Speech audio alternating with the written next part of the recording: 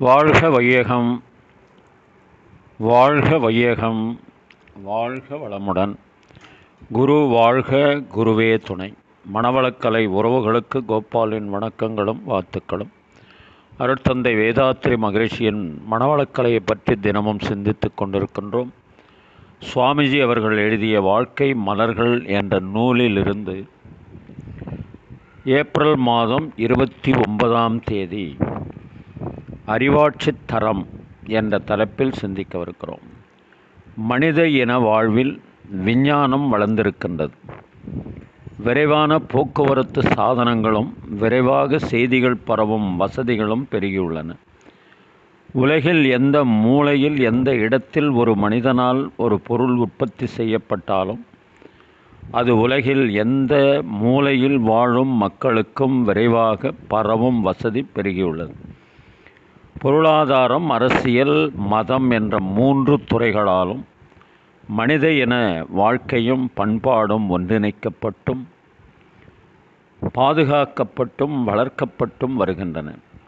இந்த சூழ்நிலைகளை மனதில் கொண்டு சிந்தித்து பார்த்தால் மனித இனத்திற்கு பரித்துண்டு வாழும் முறை பொருந்தாது என்பதை உணரலாம். தேவையும் இல்லை.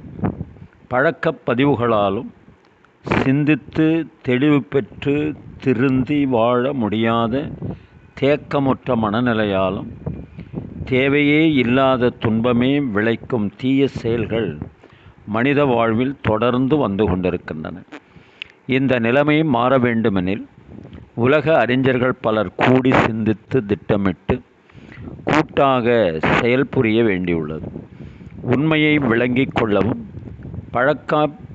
பழக்கப் பதிவுகளை மாற்றி பரித்துண்ணும் வாழ்விலிருந்து திருத்தம் பெறவும் உதவக்கூடிய ஆன்மீக கல்வி உலகமெங்கும் பரவ வேண்டும்.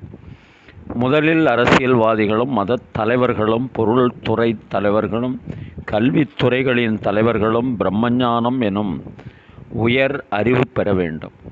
ஏனெனில் இத்தகைய தலைவர்களுடைய வாழ்க்கை வழியையே துணை கொண்டும் அடிப்பற்றியும் மக்கள் வாழ்வு நடைபெற்று வருகிறது. பிரம்மஞானம் எனும் அறிவின் பேரொளிதான் மனிதனை முதலில் விலங்கின செயல் பதிவுகளிலிருந்து விடுவிக்கும். மேலும் புலன் கவர்ச்சிகளில் மயக்கமும் பரித்துண்ணல் என்ற தீய வினை பதிவுகளும் எந்த அளவில் குறைகின்றனவோ அந்த அளவுக்கு பிரம்மஞானம் தானாக ஒளிவிடத் தொடங்கும். படிப்படியாக பிரம்மமே தானாக இருக்கும் அறிவாட்சித் தரம் உண்டாகும். அருட்தந்தை அவர்கள் வாழ்க வளமுடன். நீங்களும் உங்கள் அன்பு குடும்பமும் வாழ்க வளமுடன்.